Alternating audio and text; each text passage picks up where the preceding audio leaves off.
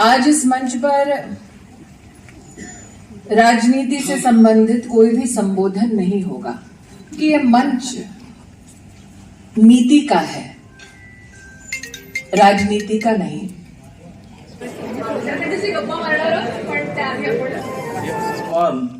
हा जो ज्यांनी चांगलं यश प्राप्त केलंय त्यांचा सत्कार करण्याचा, त्यांना प्रोत्साहित करण्याचा कार्यक्रम या ठिकाणी होतोय। स्मृतिबेन, आदरणीय दादा, मान्य अशोकजी आणि तर्पणवर नितांत प्रेम करणारे सगळे माझे बंधू आणि भगिनींनो, थैंक यू। 16-17 बच्चों को लैपटॉप दे रहे हैं, करीब 40 बच्चों को टैब दे रहे हैं। हेलो दोस्तों, आप सभी का स्वागत है हमारे YouTube चैनल में। वीडियो अच्छा लगे तो लाइक, शेयर, सब्सक्राइब करना ना भूलें।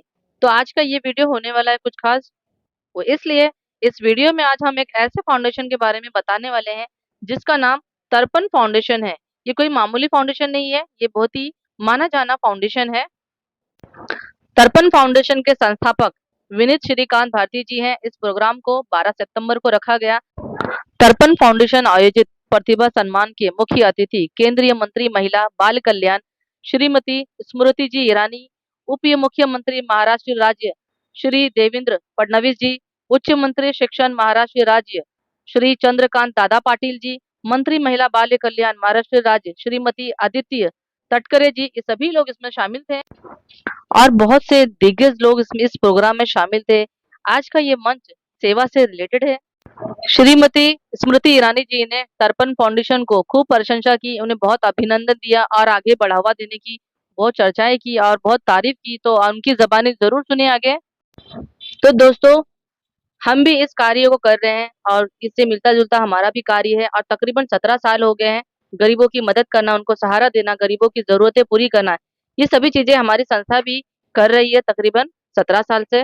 और बच्चों के एजुकेशन के लिए भी हम काम कर रहे हैं, लेकिन हम भी हर वो चीज की करने की चाहत करते हैं और ज्यादा बड़े पैमाने पर करने की चाहत करते हैं। इसीलिए मैं आप सभी को रिक्वेस्ट करती हूँ, हमारे चैनल को ज्यादा से ज्यादा शेयर करें ताकि किसी ऐसे शख्स तक हमारे भी सेवा के काम दिखे और उनको दिल को छू जाए हमारे भी काम, और हमें वो खुद सपोर्ट व सहयोग देने के लिए तैयार हो जाए। तो ये आपके हाथ में है। हमारी सच्ची सेवा को लोगों तक जरूर पहुंचाइए और हमारी संस्था Soul of God Charitable Trust को भी आगे बढ़ने का मौका मिले। तो आइए एक नजर वीडियो पर डालते हैं और सुनते हैं श्रीमती स्मृति जी ईरानी जी की जबानी। स्मृतिबेन, आदरणीय दादा, मान्य अशोकजी आणि तर्पणवर नितांत प्रेम करणारे सगळे माझे बंधू आणि भगिनींनो, आजची मॅच कसोटीची होती असं वाटलं होतं, मग मधल्या काळात वाटलं होतं की ही 1 डे आहे, पण स्मृतिबेन आल्याला त्यांनी सांगितलं की 2020ची मॅच आहे, त्याच्यामुळे लवकर फास्ट करायचा। फक्त प्रास्ताविकात मी स्मृतीजी एकच गोष्ट सांगतो आणि स्मृतीजींना मराठी नीट येतं की आपण सगळेजण जे एवढ्या मोठ्या संख्येने 11 वाजता इथे जमा झालात, मी तुमचा विनम्र आभारी आहे। तर्पणवर नेहमीच प्रेम करत राहा। आम्ही 18 वर्षावरच्या बालगृहातून बाहेर पडलेल्या सगळ्या अनाथांना, हा जो ज्यांनी चांगलं यश प्राप्त केलंय त्यांचा सत्कार करण्याचा, त्यांना प्रोत्साहित करण्याचा कार्यक्रम या ठिकाणी होतोय। बरोबरीने अनाथ संशोधन व विकास अकादमी केंद्राचं उद्घाटन या ठिकाणी होतंय।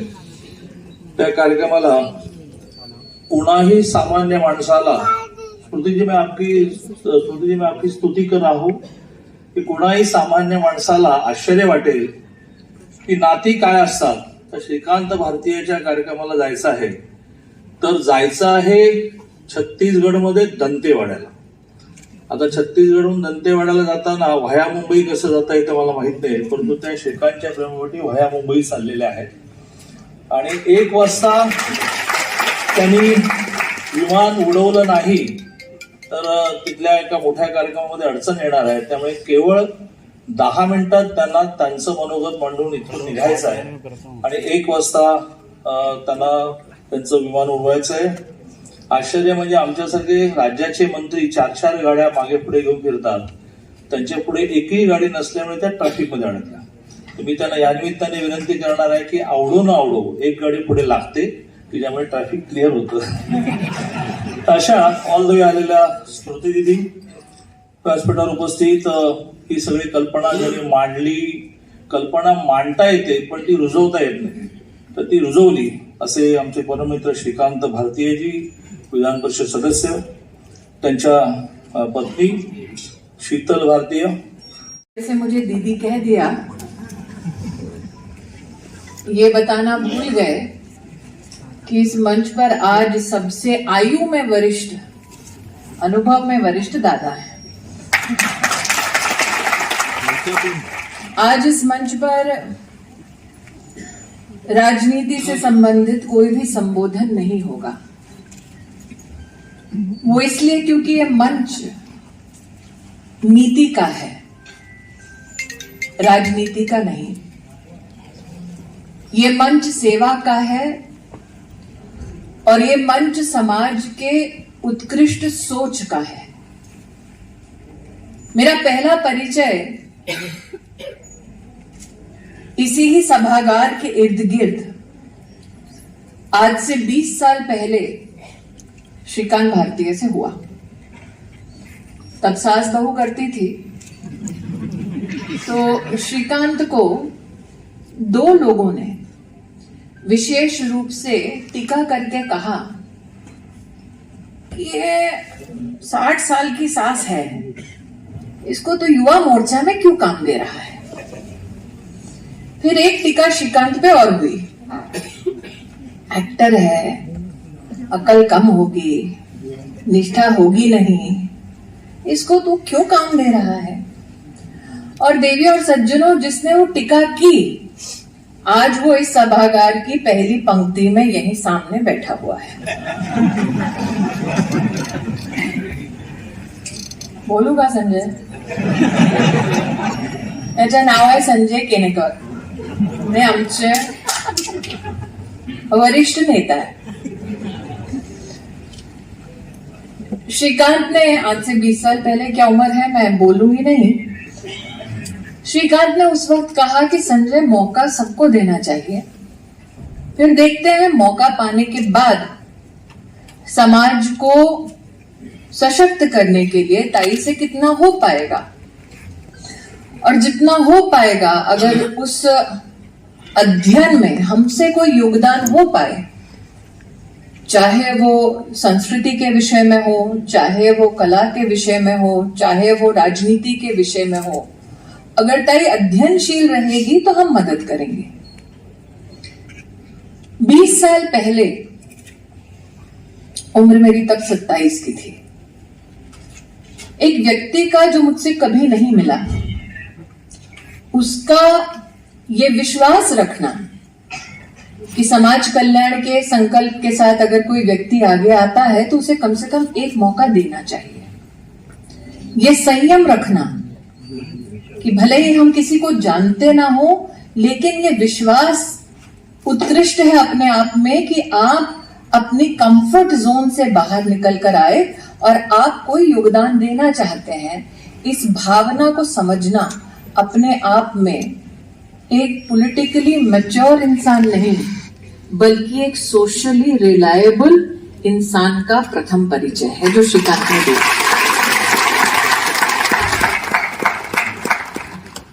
तब से लेकर अब तक भारतीय जनता पार्टी में संगठन की दृष्टि से, सरकार की दृष्टि से उत्कृष्ट कार्य करने वालों में से श्रीकांत भारतीय का नाम है। और 20 सालों के अंतराल में मैंने कभी भी श्रीकांत की किसी भी बात का विरोध नहीं किया, क्योंकि we have always met on the battlefield of ideas. और आइडिया जब तर्पण का आया, तब दादा ने तो आज पक्षपात किया है, श्रेया को शीतल बोला है, तो मैंने बोला श्रीकांत को कि ससुराल वालों में क्यों माहौल बिगाड़ रहे हैं। लेकिन on the battlefield of ideas, Shreya और श्रीकांत का ये सोचना कि क्या हमने सामाजिक जीवन में इसलिए प्रवेश किया था कि सिर्फ राजनीतिक ऊंचाइयों को छुएंगे, या इसीलिए आज से 20 साल पहले, 25 साल पहले हमने ये संकल्प किया कि हमें सामाजिक कार्यों से जुड़ना है, ताकि जब हम ना रहें तब कोई तो ऐसा हो जो कहे कि आज मैं जहां हूं वहां पहुंचने के लिए कोई तो था जिसने मेरा साथ दिया, जिसने मेरा हाथ थामा। आज तक श्रीकांत का विरोध नहीं किया, आज करती हूं। इस मंच पर मैंने अनाथ शब्द सुना।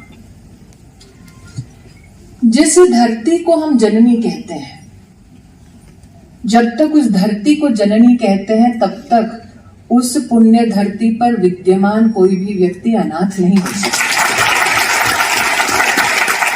जब तक ये मां है श्रीकांत, तब तक माता पिता होने के बावजूद हम धन्य हैं, और जिनके परिवार में ये चुनौती है वो भी किसी रूप में अनाथ नहीं है।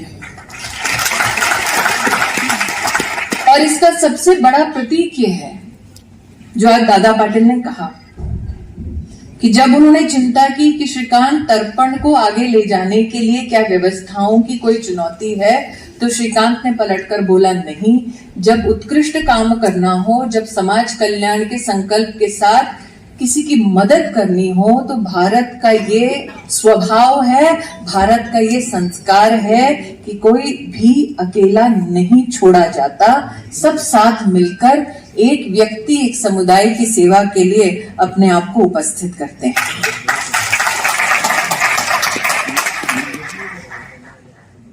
अब भारत कहा तो प्रेस वाले ताक में होंगे कि अगला क्या बोलेंगे। हाँ, वो मुस्कुरा रहे हैं कैमरा के पीछे। तो अगर आपको कैमरा तानना है किसी पे, तो ना मुझ पे तानिए, ना श्रीकांत पे, ना दादा पे। वो जो कोने में अशोक जी बैठे हैं ना, उनको देखिए। सनातन धर्म का मंदिरों के साथ क्या परिचय है, क्या संस्कार है, क्या भावना है। आज इस मंच पर अगर किसी के पास ये जिम्मेदारी है तो वो अशोक जी के पास। तो मेरे लिए तो आज सौभाग्य की बात है कि भले ही मुझे यहाँ 10 मिनट के लिए दिल्ली से आना है और यहाँ से दंतेवाड़ा जाना है, लेकिन यह मंच किसी पुण्य मंच से कम नहीं। इस पर धर्म है, इस पर आस्था है, इस पर मानवता है, और समाज का श्रेष्ठ परिचय इस मंच के माध्यम से हम सबके सामने प्रस्तुत होता है। मंत्री के नाते आज मैं तर्पण फाउंडेशन के संदर्भ में विशेष रूप से जो आप रिसर्च सेंटर का आज दादा के शुभ हस्तों के माध्यम से उद्घाटन कर पाए हैं, मैं घोषणा करना चाहती हूं कि भारत सरकार की महिला और बाल विकास मंत्रालय के अंतर्गत एक विशेष एमओयू आपकी रिसर्च सेंटर के साथ होगा, ताकि राष्ट्र भर में अनाथ नहीं, the first citizen of India, इनके संदर्भ में हम लोग रिसर्च कर पाए। अब चूंकि दादा जानते हैं कि हमारे संगठन का परिचय जब होता है तो हम कहते हैं कि संगठन नहीं, पार्टी नहीं, परिवार है। तो परिवार के 2 लोग यहां बैठे हैं। एक केनेकर नमस्कार करा सगळ्यांना।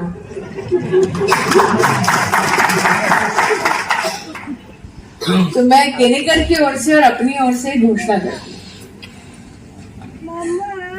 पार्टी के परिचय के अलावा मेरा श्रीकांत से और श्रेया से आग्रह है कि जिस स्फूर्ति के साथ सृजन की भूमिका में आपने तर्पण फाउंडेशन को महाराष्ट्र में प्राण दिए,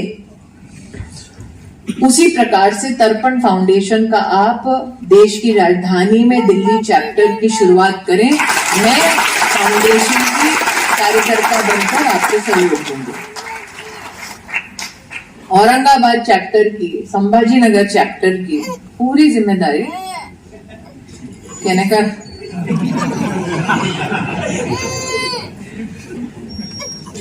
बीस साल बाद जिनको मुझ पर थोड़ा बहुत सा डाउट था, वो प्रायश्चित तो इसी प्रकार से करेंगे।